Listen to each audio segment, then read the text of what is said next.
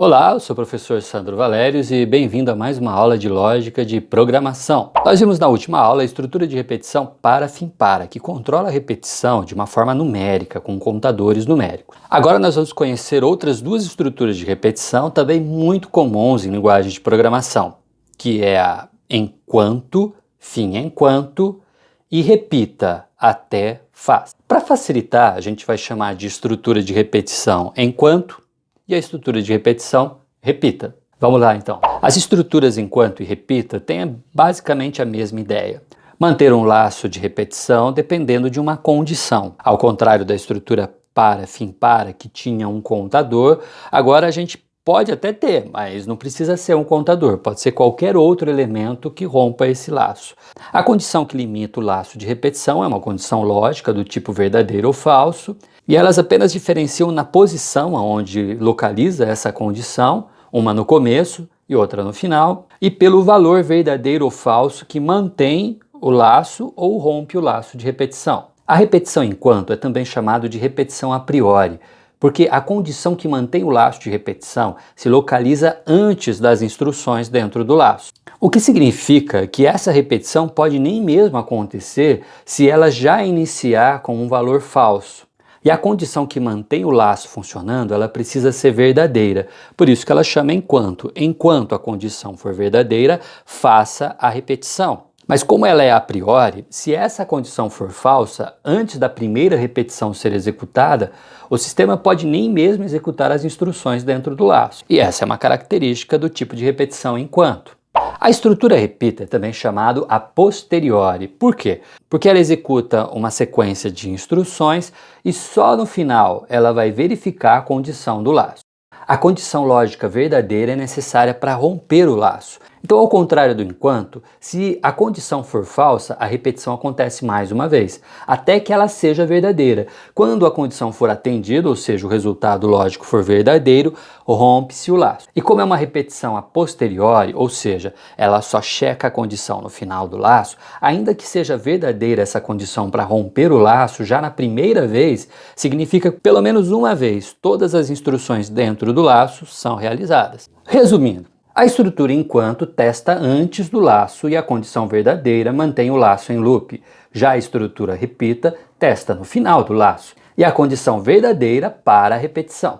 Vamos exemplificar a estrutura enquanto simulando uma brincadeira de adivinhar palavras. Ou, se você preferir, uma rotina que fica testando senhas para liberar o acesso à entrada em algum sistema. Nesse programa, a repetição deve acontecer enquanto o usuário não acerta a palavra-chave. Ou seja, enquanto a resposta do usuário for diferente da nossa palavra-chave, o laço de repetição tem que continuar. Vamos ver como ficaria o fluxograma dessa repetição. Bom, nós vamos começar primeiro definindo as variáveis. Vamos colocar a variável P de palavra para receber o valor zebra. Essa vai ser a palavra-chave.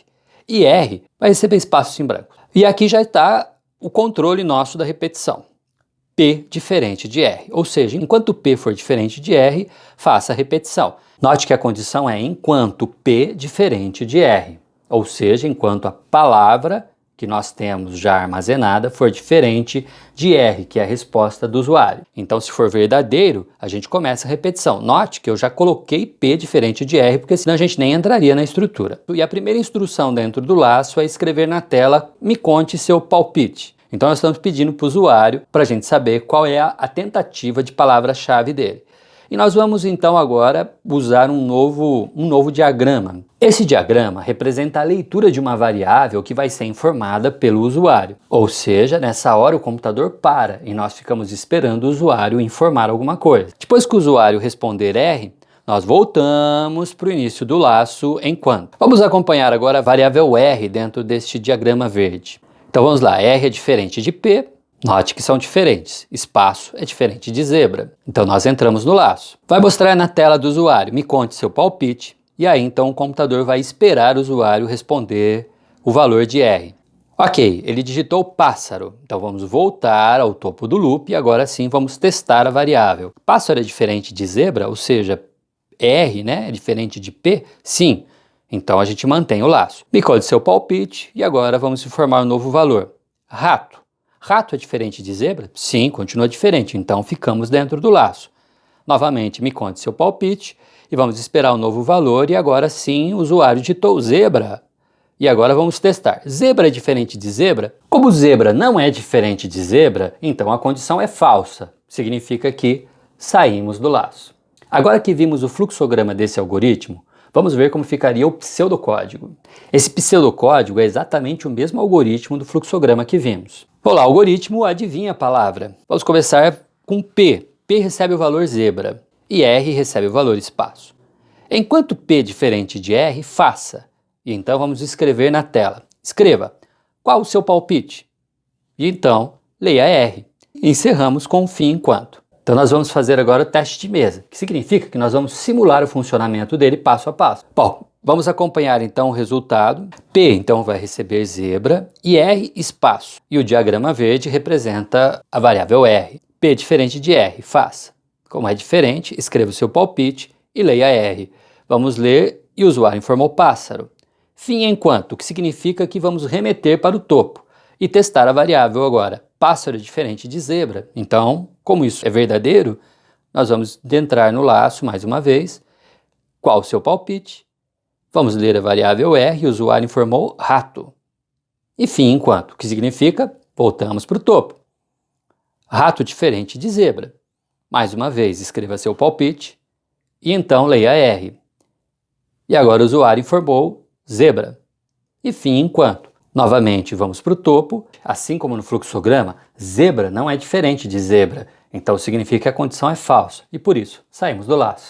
Agora que conhecemos a estrutura do enquanto, vamos ver o fluxograma e o pseudocódigo do repita. Nós vamos exemplificar essa instrução fazendo a simulação de um programa que acumula valores até que o usuário informe o número zero. Ou seja, todo número que nós digitarmos no teclado e enviarmos para o sistema vai ser acumulado.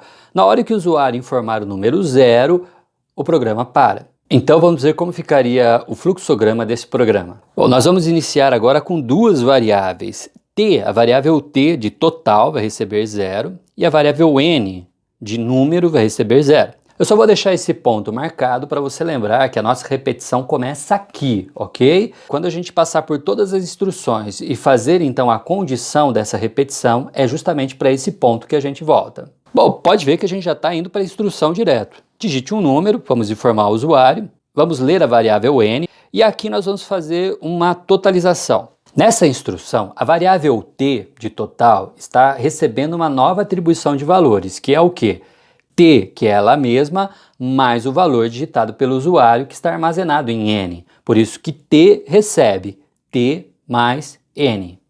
Bom, depois é testar a condição N igual a zero. É aqui que inserimos o controle da repetição. A nossa estrutura vai repetir até que N seja igual a zero. E perceba que agora nós estamos trabalhando ao contrário do enquanto. Se essa condição for verdadeira, o laço interrompe e não há repetição. Mas se ela for falsa, a repetição retorna para aquele ponto que a gente marcou. Vamos fazer o teste de mesa acompanhando a variável T de total, que está em amarelo, e a variável N de número digitado pelo usuário, que está em verde. Começando então, nas duas são atribuídos zero, T é igual a zero e N é igual a zero. Então vamos informar na tela, digite um número e receber o valor N. E o usuário vai informar o número. 3. Ok? Agora nós vamos totalizar.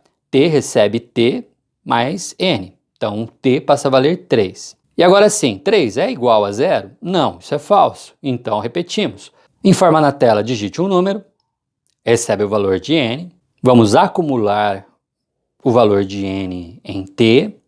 E agora checar a variável. 4 é igual a zero? Não, é falso. Então vamos mais uma vez. Digita um número, receber o valor de N, que agora é zero. Vamos totalizar. T recebe T mais N, que está valendo zero agora. Então vai continuar sendo 7. E agora checar a variável. N é igual a zero, o que significa que essa condição é verdadeira. Então rompemos o laço. Agora que conhecemos o fluxograma desse algoritmo, vamos ver o pseudocódigo. Algoritmo soma números. T de total recebe zero e N de número digitado recebe zero também. Repita. Apenas repita. Colocamos essa instrução, assim como aquele pontinho que a gente colocou no fluxograma. E agora as instruções dentro da repetição. O que a gente tem que repetir? Escreva, digite um número e leia N. T recebe T mais N. Estamos acumulando o valor. E então agora a condição de limite do laço de repetição. Até N igual a 0, faça. Vamos acompanhar o teste de mesa do pseudocódigo. T começa valendo 0, está em amarelo, e N estará em verde e recebe 0. E entramos na instrução, repita. Então informamos para o usuário. Escreva, digite um número, isso vai aparecer na tela do computador. E aí, leia N, vamos aguardar ele informar. E ele informou 3. Agora vamos totalizar. T recebe T, que por enquanto é 0, mais N, que vale 3. Então T passa a valer 3. Até N igual a 0. N vale 3. 3 é diferente de 0, o que significa que essa condição é falsa. Então nós repetimos mais uma vez, digita o número, leia N, que agora é 4, e vamos totalizar. T, que está valendo 3, recebe T mais N. Então 3 mais 4 é 7, e T passa a valer 7. N é igual a 0, ou seja, 4 é igual a 0? Não, não é. Então a gente vai repetir mais uma vez, porque é falso. Então repita, vamos escrever mais uma vez na tela, digite o número, vamos ler o valor de N, que agora vai ser informado 0. Vamos totalizar o 0, mas não vai fazer diferença, vai continuar ficando 7. E N é igual a 0? Sim, agora é verdadeiro. Novamente, assim como no fluxograma, N é igual a 0, o que significa que essa condição é verdadeira, então rompemos o laço. Maravilha, pessoal! Guarda muito bem essas instruções, pois laços de repetição existem em qualquer linguagem de programação. E se você conhece o fluxograma e o pseudocódigo dessas instruções, você consegue adaptar ela à sintaxe de qualquer linguagem. Muito obrigado por você ter me acompanhado até aqui e até a nossa próxima aula.